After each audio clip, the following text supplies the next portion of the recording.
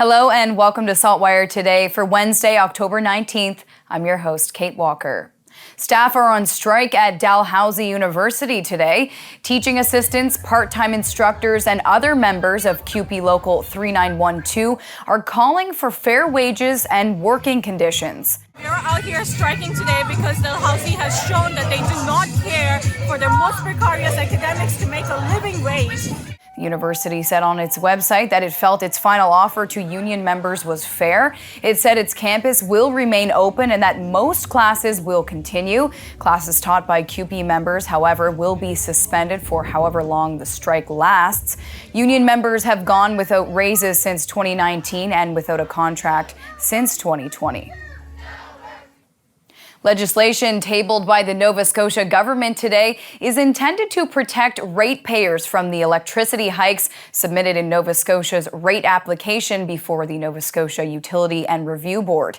The changes to the Public Utilities Act will not allow the board to approve an increase based on the utilities costs, aside from fuel costs and the costs related to improving the reliability of the grid. Any increases approved outside fuel and grid reliability upgrades cannot exceed 1.8% over 2 years. In the general rate application, Nova Scotia Power asked to keep half of the profits above the amount approved by the UARB. We are saying no.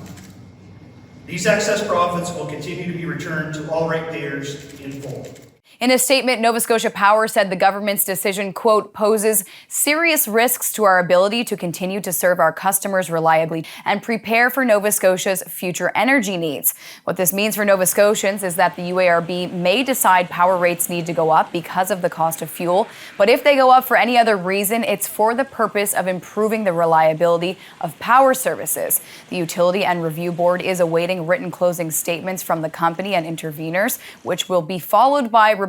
A board decision on the rate hike application is not likely to be delivered until the new year. Concern has been raised over a turtle nest put in jeopardy at a construction site in Dartmouth.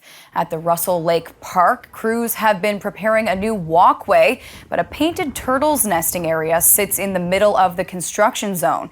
Concerned residents and Nova Scotia Turtle Patrol teamed up to raise awareness about the reptiles set to be destroyed by roping off the area and leaving a sign to let people know it's a nesting location. At this point, it's not known if there are any turtles or eggs left in what's remaining of the nesting site, as it's been partially left out. However, moving forward, the city's project designer said she will change the layout of the path to accommodate the nesting site. Unlike most turtles who hatch in September and make their way to the water for hibernation, painted turtles can remain in the nest over winter, then dig their way out in the spring. Hurricane Fiona is being recorded as the costliest extreme weather event in Atlantic Canada. According to estimates from Catastrophe Indices and Quantification Incorporated, Hurricane Fiona is estimated to have caused a record-breaking $660 million in insured damage, which makes it the 10th largest in Canada in terms of insured damages, worse than the 2011 Slave Lake wildfire in Alberta. Here in Nova Scotia, downed trees were widespread, some causing damage to cars and building in Halifax. Cape Breton Island and Pictou County took the brunt of the storm, with extensive flooding, roofs torn off buildings, and storm surges that washed out roads, even floating infrastructure. The power outages for Nova Scotia at the peak of the storm topped 415,000 customers on Saturday, September 24th, leaving 80% of the province without power. In Yarmouth County, people have rallied for 4-year-old Miles Cunningham and his family. The little boy was diagnosed with leukemia earlier this year.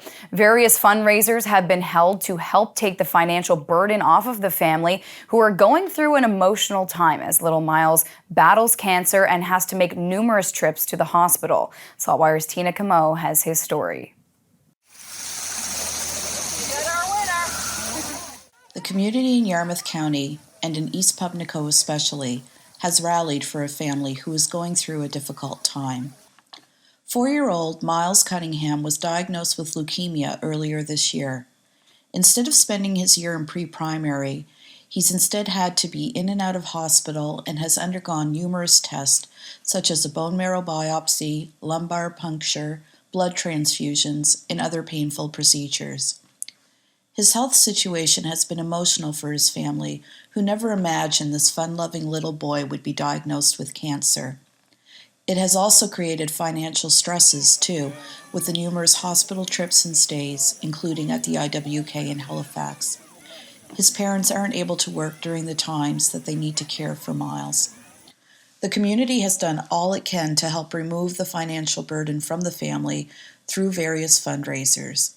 A GoFundMe page was set up, and there have been various Smiles for Miles fundraisers, including a music night and a trivia night.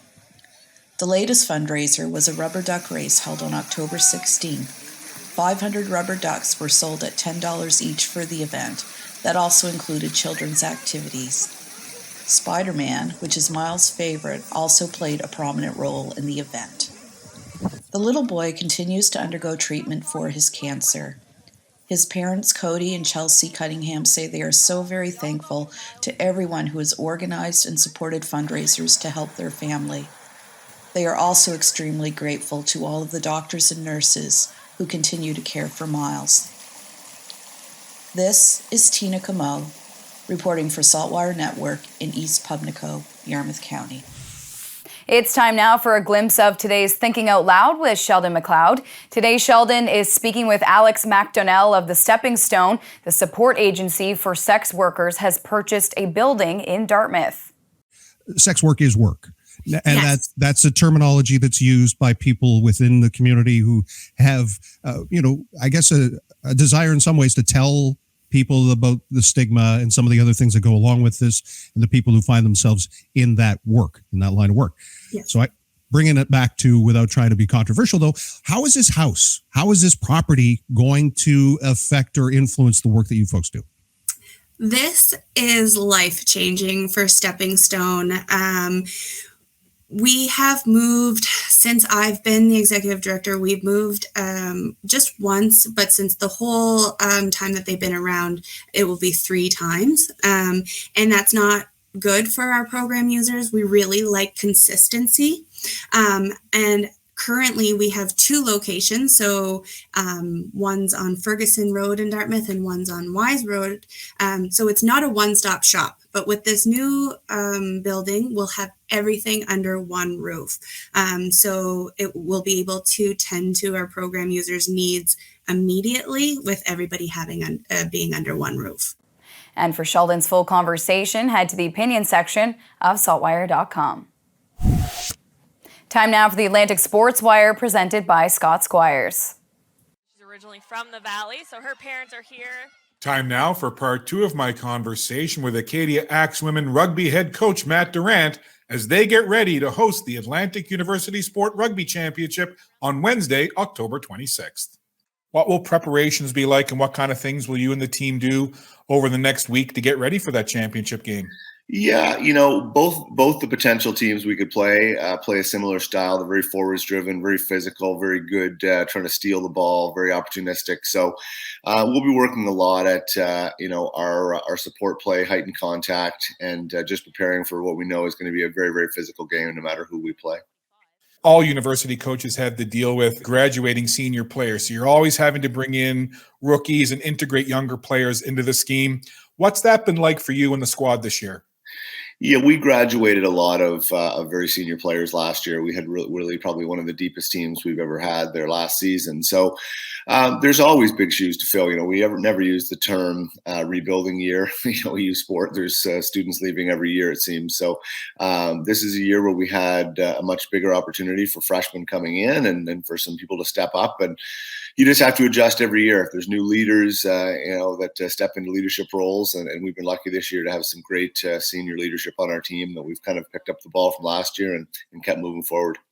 And as they move forward, the Acadia Axe women will be looking for their second ever AUS women's rugby title.